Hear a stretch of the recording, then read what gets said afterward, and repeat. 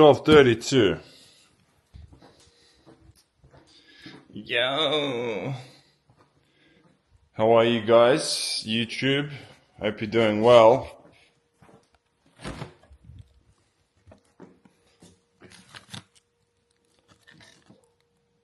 Pre-training amplifier. Let's get it. Hey. How are you? Bye. Bosta. Bye. Sa.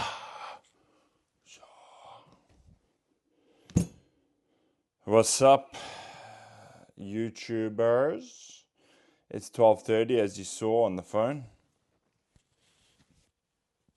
It's a hoodie on type of day.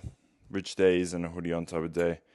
So if you've been watching the PREPISODEs, I'm pretty sure from the start of PREPISODE we have been using Hypermax by Performax.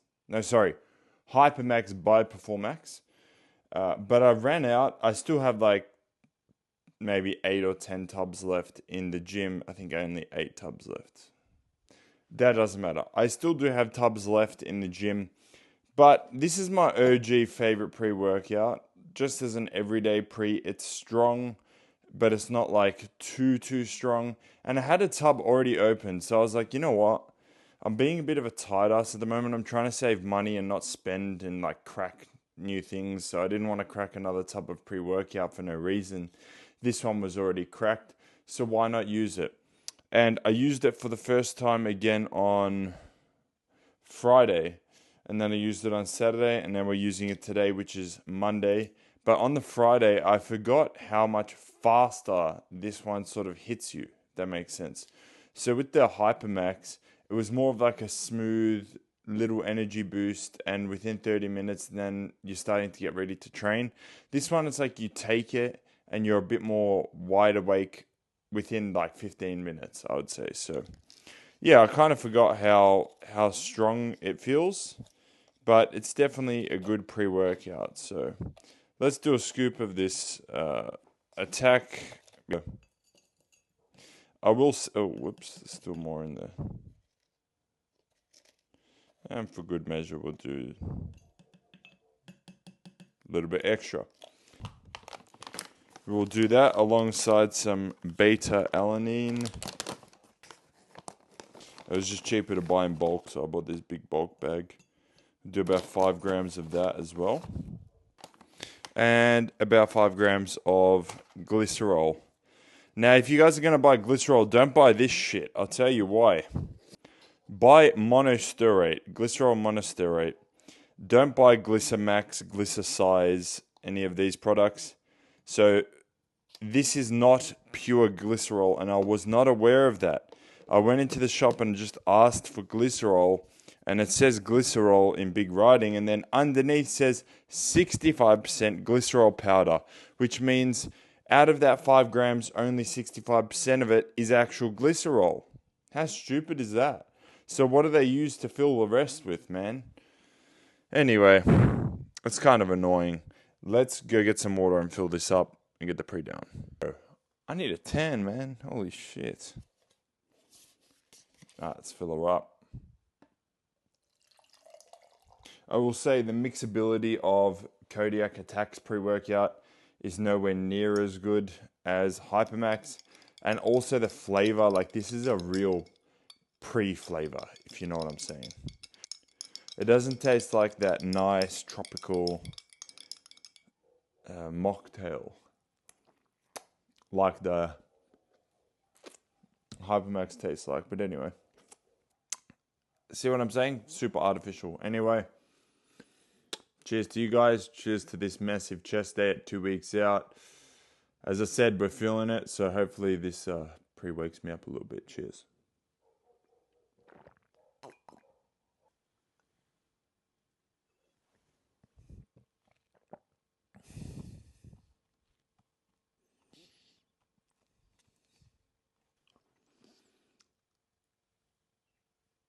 Yeah.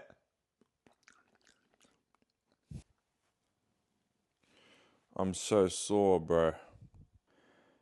So we just got the pre down. 12:44 now, so we are behind time. I usually try to get it down by 12:15. Why am I lying down? Because I'm so damn sore, brother. Oh, shit. Let's cover the chest workout for today. So it should be a good session. I've had very good sleep. 10 hours sleep. And don't get me wrong, it's 10 hours sleep. It's broken up though. So I piss at least twice a night, every night, sometimes 3 times a night. That's just how it is on prep. I can't really help that. Energy, it's just low all the time, bro. Like, I won't lie to you.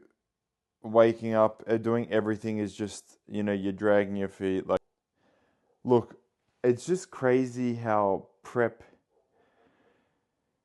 almost gets you used to this feeling.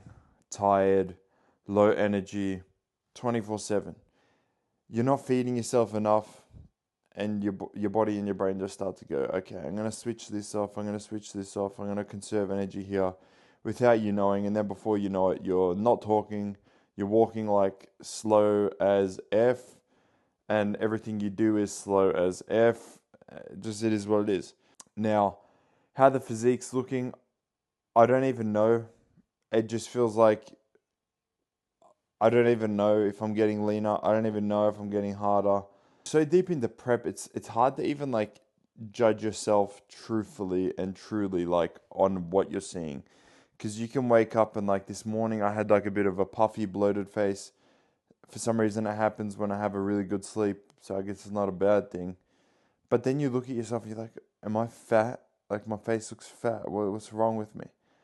And you start playing tricks on your own mind. It's just a mess, bro. Like you can't judge anything in prep. You can't judge anything in prep. But if I'm going to be completely honest, that past week, so from 4 weeks to 3 weeks out, was it's probably the hardest week mentally that I've had.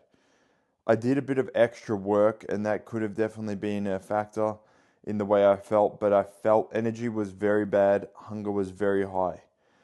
So that's why this week I'm not pulling carbs down. I was meant to, and that's what the original plan was, pull carbs down for these last 3 weeks. But what I think I'm going to do is keep it where it is this week, and then next week drop it a tiny bit and keep it where it is for that last week. So it'll be 2 weeks on what I'm at right now, and then 2 weeks with 50 grams less of carbs on training days, and that's it for the show leading into it. It's always easy to go, yeah, let's just go harder, let's go harder, let's go harder, let's go harder. And when you're in shape, which I know I'm in shape, I'm in very, very good shape, there becomes a point where dropping the calories, the carbs, the training starts to drop off, and I can feel the training sessions are getting really hard to push through now. And then flatness starts to come, your physique starts to lose its life, if you will. Like, you just don't look your best. And I want to still maintain a full, big look on stage. We're competing in the Natural Federation, the ICN, and most of the guys are going to be probably in good condition. I'm in good condition, not the 10 out of 10 condition. I'm probably at like a 9 out of 10. And if I can bring a 9 out of 10 condition, but with way more size than everyone and way more fullness than everyone, I think that that's overall a better package than me going for that 10 out of 10 conditioning and coming in flat. From here, there's not much to come off. So I'd rather just maintain the training, because when I lose in the training, it really affects me mentally as well, which then leads into stress, which then leads into the physique as well. So trying to keep the stresses low, feeling good inside the gym, that will then present itself on that stage. So chest, we got flat dumbbell press, incline barbell press, incline dumbbell flies, holding that stretch, and then contracting on the pec fly machine. What's the other one? Biceps. Incline dumbbell curls, lying cable curls, and barbell hammer curls. That's the workout. We're going to do the 110s for 2 sets. Last week we got 7.5 reps, which means I need to get 8 reps for the first set. I know it's not going to be easy. Warm-up's feeling about normal, so let's pick them up. And I just want nice, controlled, deep Stretch, powerful pushing and keeping the tension on the chest the whole time. 8, if I got 9, I got 9. If I got 10, I got 10. We go till we got no more, but I want to keep them A1 perfect reps. Let's get this shit.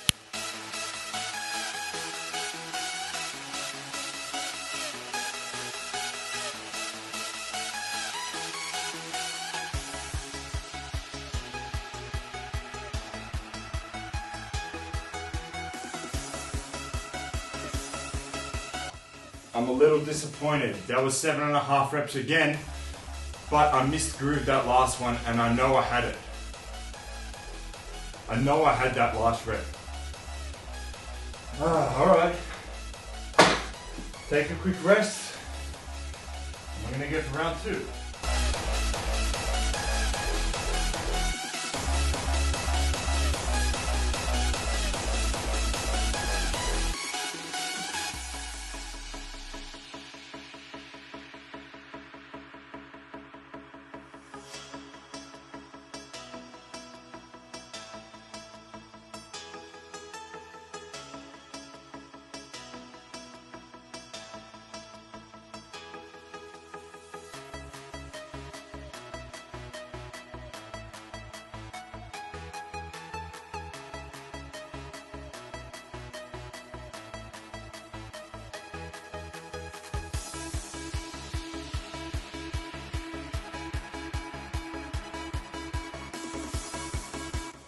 Okay, we're on the back end of chest now. So 2 heavy sets of paused incline dumbbell flies. Let's see how we go. First set aiming for 10, second set aiming for 5 to 6, and we will be good. I didn't speak to you on the incline barbell press. The first set, I do full range all the way. It didn't feel as good as last week, didn't feel as powerful. But then the second set, when I was doing the more bottom half reps, it felt more powerful. So I don't know, it was like a lose-win situation. We did what we could. It's like the tiniest progression at this point, man. If I can even progress to 2 weeks out, I'll take it. So let's see if we can progress here. 2 sets, as I said, 10 reps the first one. That'll beat last week by 1.5 reps, and if I get 6 on the second set, that'll beat by 1.5 reps as well. Let's see how we do, man. Ain't gonna be easy.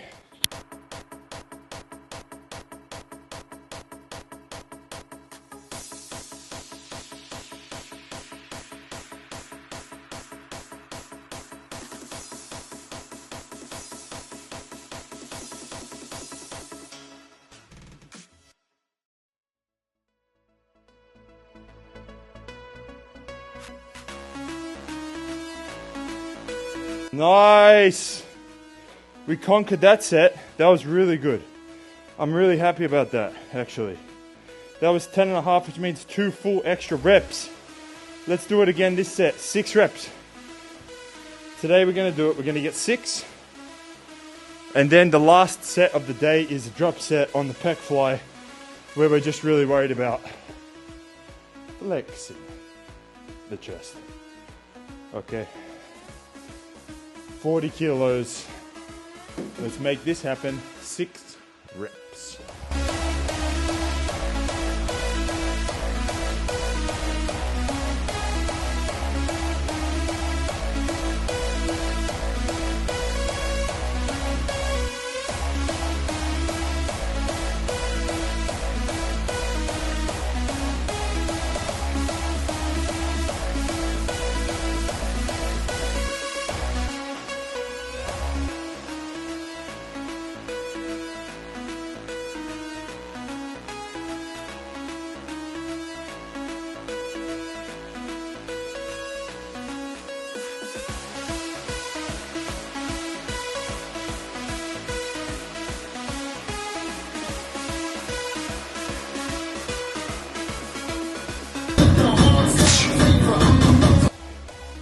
Chest is done.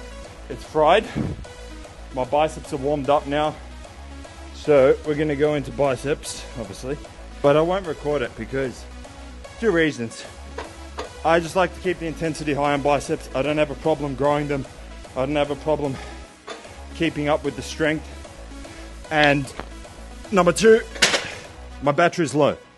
Number 3, Even though I said there was 2 reasons. Number 3 is that ICBF recording right now. Okay, so I'll catch you guys when I finish biceps for pose down.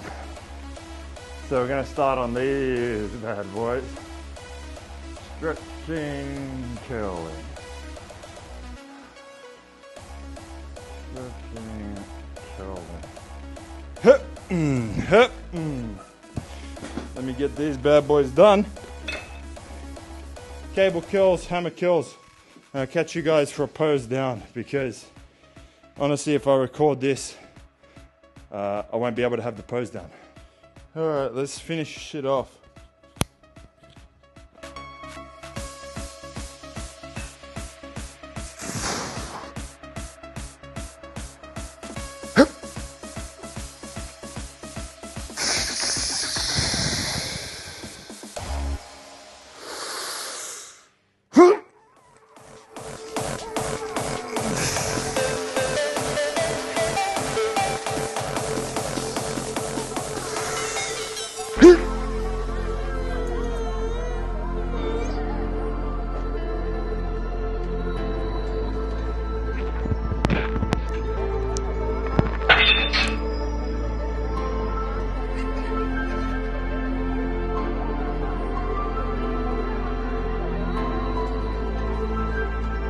Alright, as I said, I have low battery on the camera, so let's not chat right now. Let's just pose, and then we'll do a chat after once I've charged this bad boy. But overall, 6 sesh. That's all I'll say. Let's get some posing rounds in, see how we're looking, man.